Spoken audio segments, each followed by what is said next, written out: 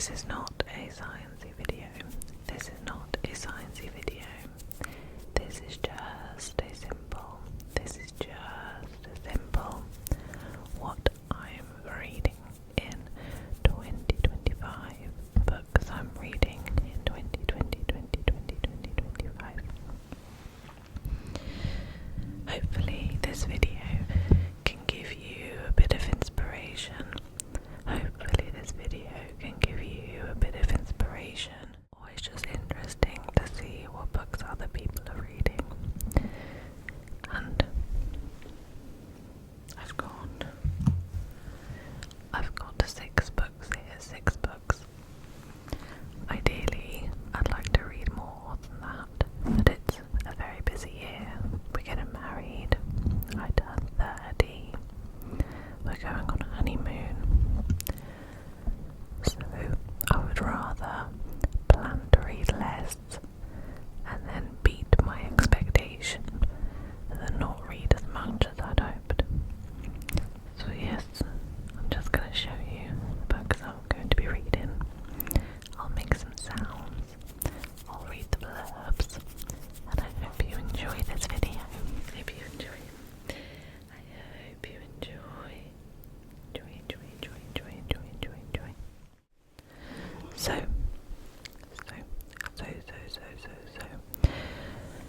My first book is the last part. I think a new one actually. The last one comes out this year or next year. But this is the last book out in the series that are currently available in the Akadar series, and that is A Court of Silver Flames. A Court of Silver Flames. A Court of Silver Flames. And as you can see, I've started reading it. It isn't my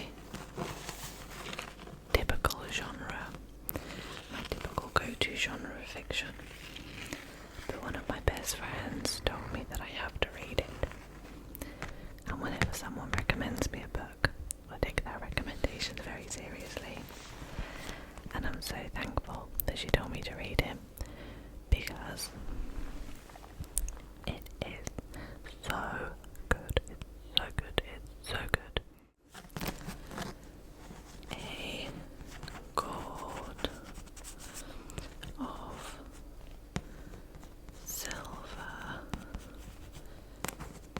Flames. A Court of Silver Flames. A Court of Silver Flames. Sarah J. Maas.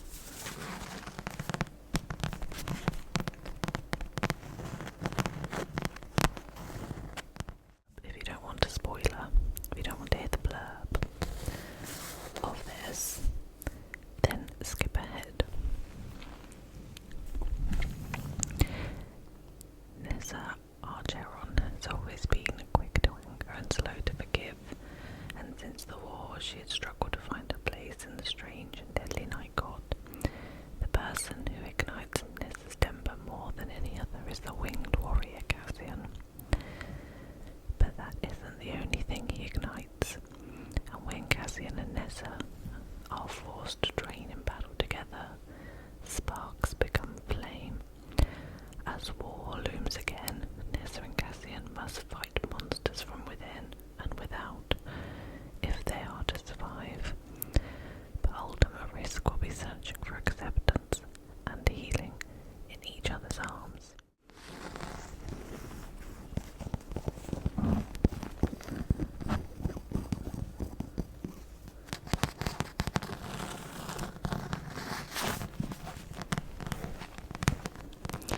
So this is a fantasy romance.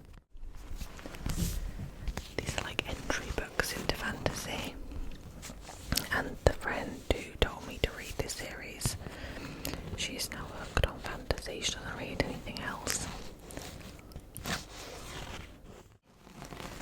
And I do love it. But I will also be reading other genres. But I will also definitely be trying to read more fantasy as well.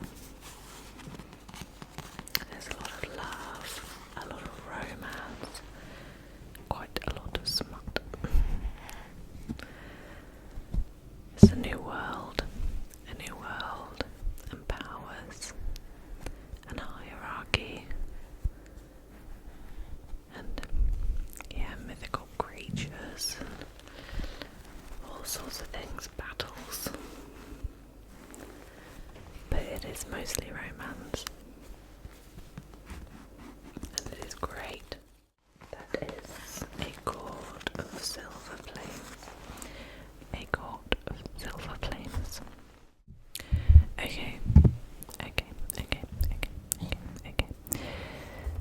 Next, another book that I'm desperate to read in 2025 is Monsters.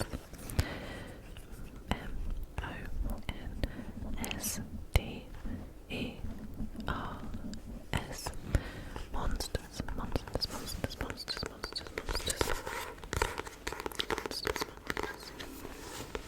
Monsters. What do we do with great art by bad people? What do we do with great art by bad people? Claire.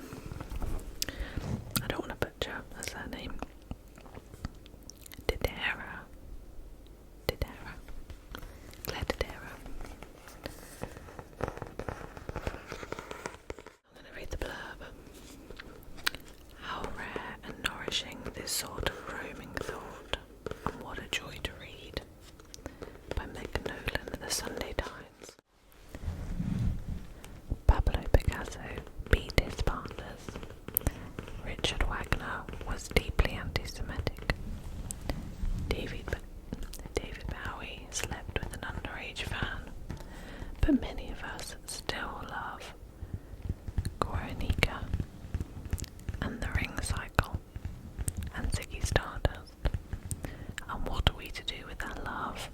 How are we, as fans, to reckon with the biographical choices of the artists whose work sustains us?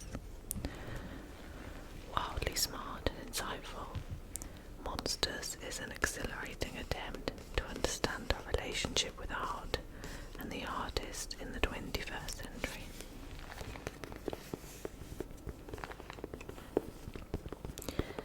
So yes, it is an exploration of how to split the art from the artist, to separate the art from the artist.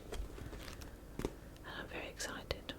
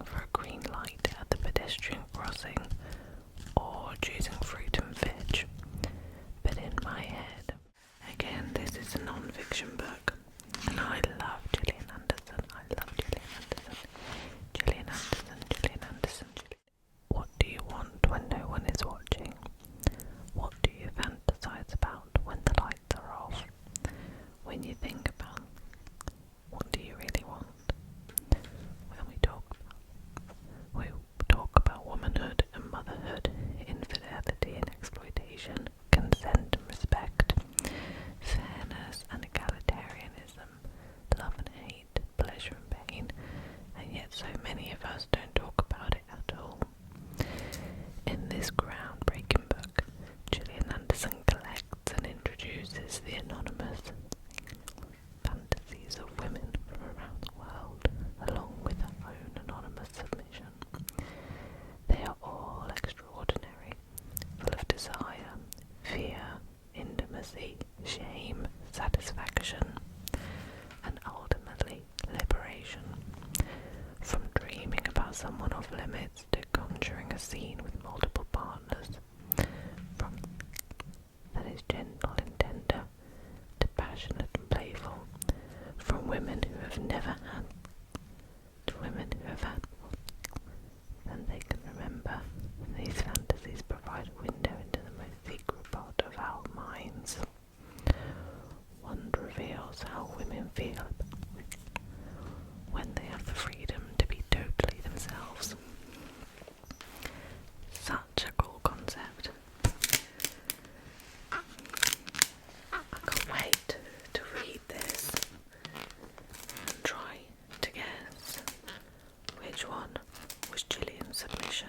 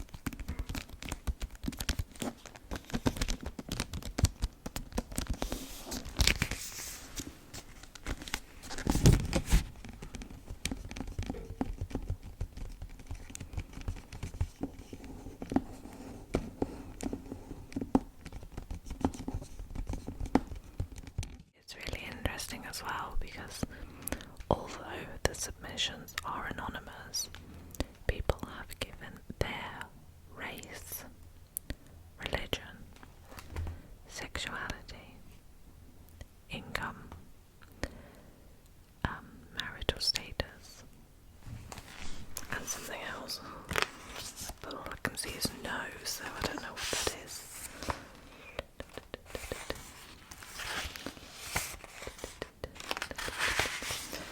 So we'll say somewhere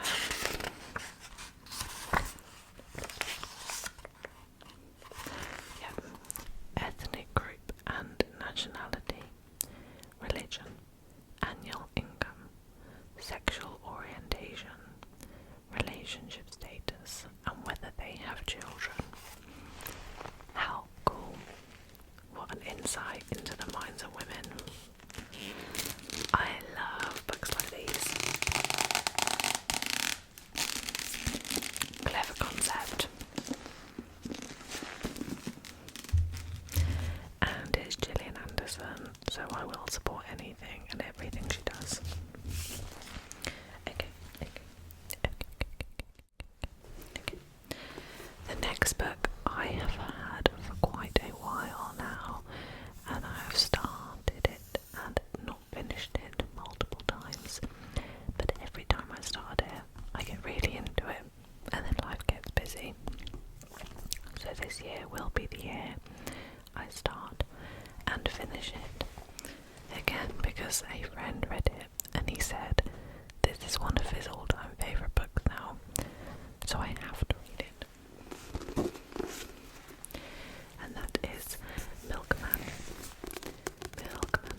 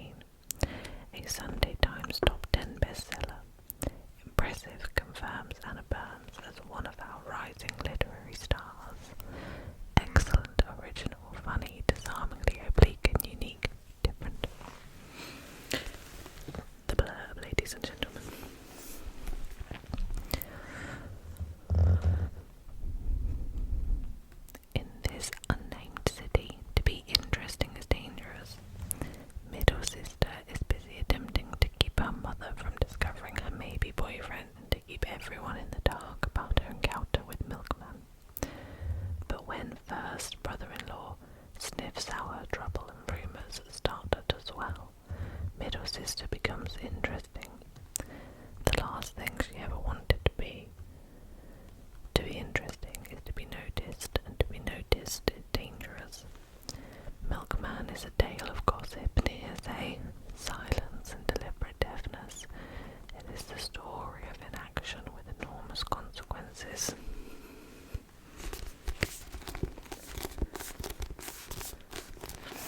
Something that makes this book difficult to get into is that Anna Burns, if I remember correctly, does not use names, as you could tell from the blurb. So it takes a little while to get used to that writing style where there's no names, there's just maybe boyfriend, second sister, brother-in-law,